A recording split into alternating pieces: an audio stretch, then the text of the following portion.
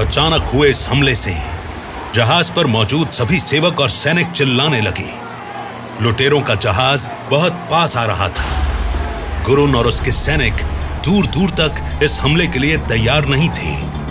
उनके हाथ पांव फूलने लगे। कोई इधर भाग रहा था तो कोई उधर। यहां पर केशव ने मोर्चा संभाला। घबराओ नहीं, यहाँ वहां भागने से कुछ नहीं होगा। 20 व्यक्ति तुरंत नीचे जाओ और जहाज की गति बढ़ाने में गुलामों की मदद करो। 15 सिपाही तुरंत गोला बारूद तैयार करो।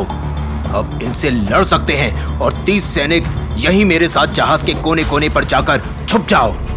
ये लुटेरे जैसे ही जहाज में घुसने की कोशिश करें, इनको समुद्र में फेंक दो।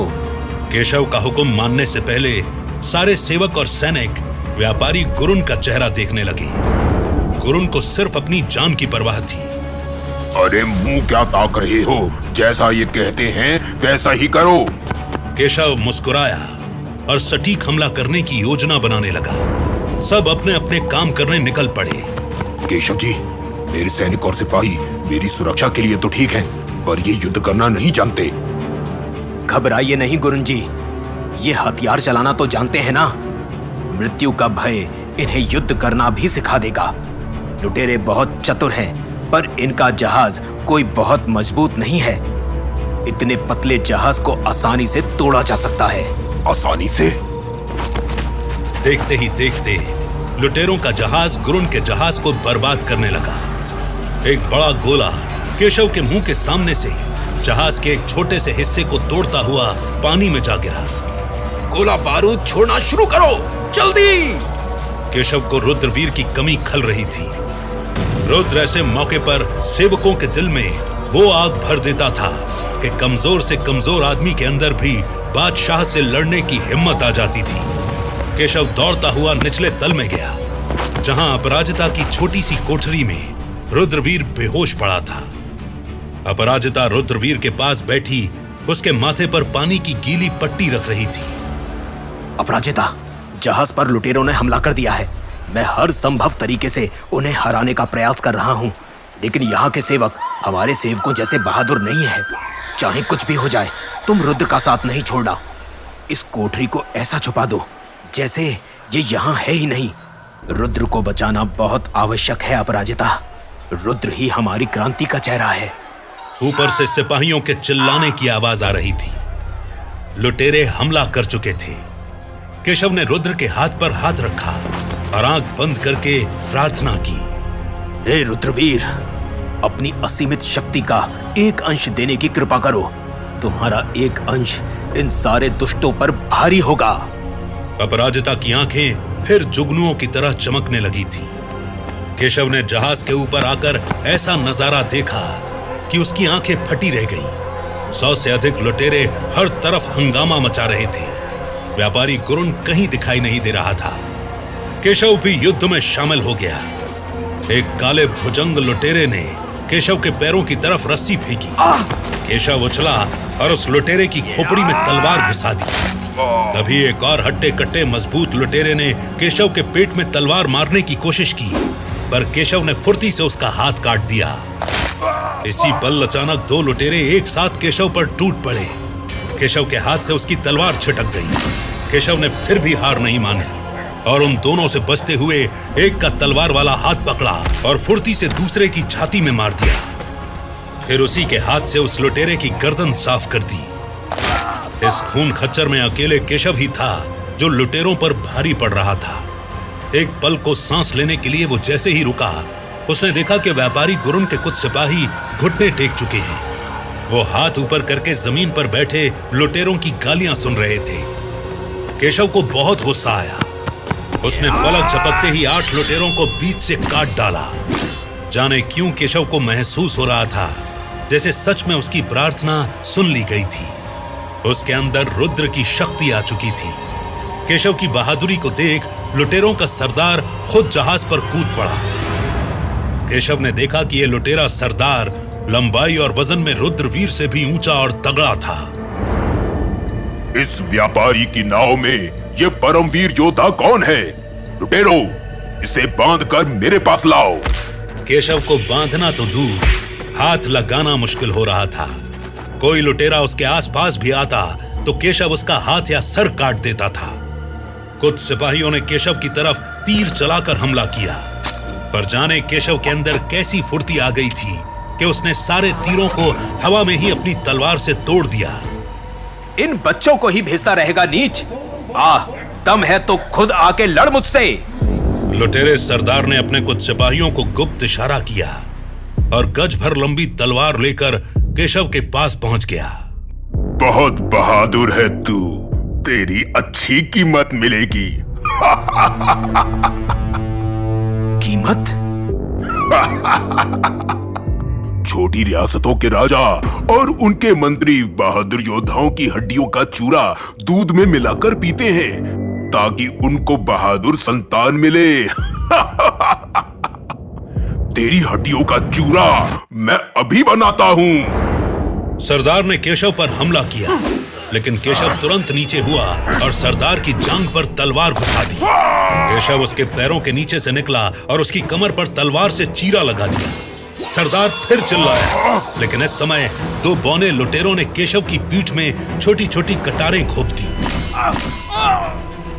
धोखा, पीठ पर वार। मौके का फायदा उठाते हुए लुटेरों के सरदार ने केशव की गर्दन पकड़ी और उसे जमीन से उठा लिया। केशव ने देखा कि लुटेरों से लोहा लेने वाला वो आखिरी योद्धा बचा था, बाकी सब आत्मसमर्पण कर चुके थे।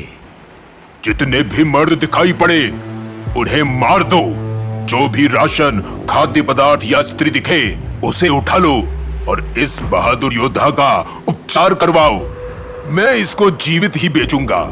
ये इस जहाज की सबसे कीमती लूट साबित होगी। लुटेरा सरदार कहां जानता था कि जहाज का सबसे कीमती व्यक्ति तो नीचे एक कोठरी में बेहोश पड़ा है।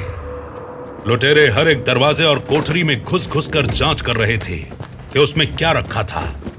अपराजिता की सांसें तेज होती जा रही थीं। लुटेरे कभी भी इस कोठरी में भी आ सकते थे। वैसे तो केशव की चेतावनी के बाद ही उसने अपनी कोठरी को ढक दिया था, लेकिन फिर भी इन लुटेरों की नजरों से बचना आसान नहीं था। और जिसका डर था वही हुआ। एक लुटेरे ने इस कोठरी का बंद दरवाजा देख लिया और उसे तोड़ने लगा। अपराजिता ने बेहोश पड़े रुद्रवीर को कस के अपनी गोद में पकड़ लिया। अपराजिता डर के मारे कांप रही थी। अपने जंगल में उसे भूखे भेड़ियों और बाघों से इतना डर नहीं लगा था जितना उसे इन समुद्री लुटेरों से लग रहा था।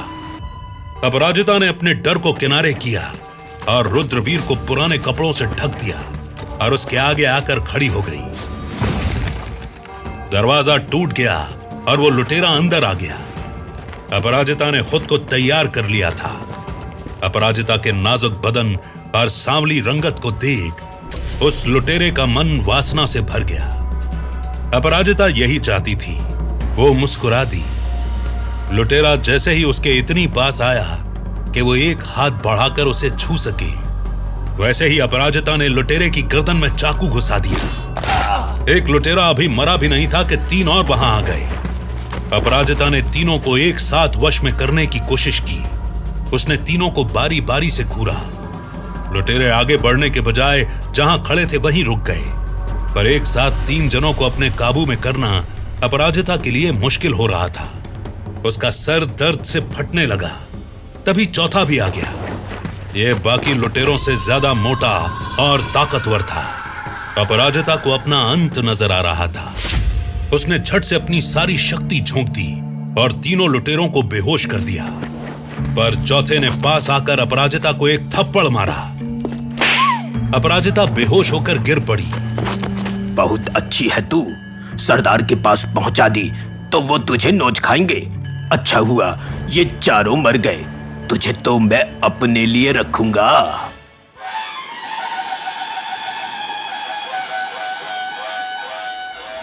बाजे की आवाज पूरे समुंदर पर गूंज रही थी। शाम होते होते लुटेरों ने बहुत सी औरतों, बच्चों और सोने के गहनों को अपने जहाज में रख लिया था, पर इसके बाद भी व्यापारी गुरुन के जहाज में इतना अनाज था कि लुटेरों के पास जगह नहीं बची थी। इसीलिए उन्होंने अपने जहाज के पीछे ही गुरुन के टूट फूट चुके जहाज को भी बांध लिया था। गुरुन का पूरी तरह उजड़ चुका जहाज मरी हुई मछली की तरह पानी में तैर रहा था। उस जहाज में बेहोश पड़ा रुद्रवीर जानता ही नहीं था कि उसका ध्यान रखने वाले उसके प्रिय लोग अब एक लुटेरे के गुलाम बन चुके थे। 60 दिन के लंबे सफर के बाद लुटेरे कामची यानी कि आज के मुंबई बंदरगाह पर पहुंच चुके थे। इन 60 दिनों के सफर में मोटे लुटेरे ने लालच में आकर अपराजिता को बस अपनी कोठरी में बंद करके रखा था। उसे लगता था कि वो हर रात अपराजिता के साथ यौन संबंध बना रहा था, पर असल में अपराजिता ने उसे अपने वश में करके उसे ऐसा सोचने पर मजबूर कर दिया था कि वो उसके साथ हर रात बिता रहा था, जबकि हर रात वो चुपचाप लुटेरों के जहाज की छत पर आकर गुरुन के जहाज से बंधी मोटी रस्सी पर चलकर नीचे बहते खतरनाक समुंदर और भयंकर तेज हवाओं को नजरअंदाज करती हुई बड़ी मुश्किल से रुद्रवीर के पास पहुंचती थी और उसके मुंह में रोटी के 2 निवाले डाल देती थी। बांद्रा बंदरगाह पर पुर्तगालियों की तानाशाही शुरू होने लगी थी, लेकिन इन पुर्तगालियों में से एक सबसे बुरा, सबसे क्रूर सेनापति डियागो था। ये लूट का माल भी खरीदता था और बंदी बनाए गए सिपाहियों और महिलाओं को बांद्रा की एक छोटी सी जेल में डाल देता था।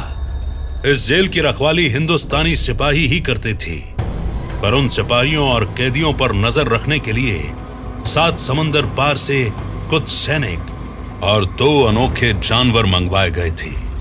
डियागो के पास ऐसे 2 खूंखार भेड़िए थे जिनकी लंबाई 8 फीट से भी अधिक थी और उनका मुंह इतना बड़ा था कि उसमें किसी व्यक्ति का आधा शरीर समा सकता था। यह एक नर और मादा भेड़िए का जोड़ा था, जिसमें नर को डियागो लोबो बुलाता था और उसकी पसंदीदा भेड़ियन को वो लोबा कहता था।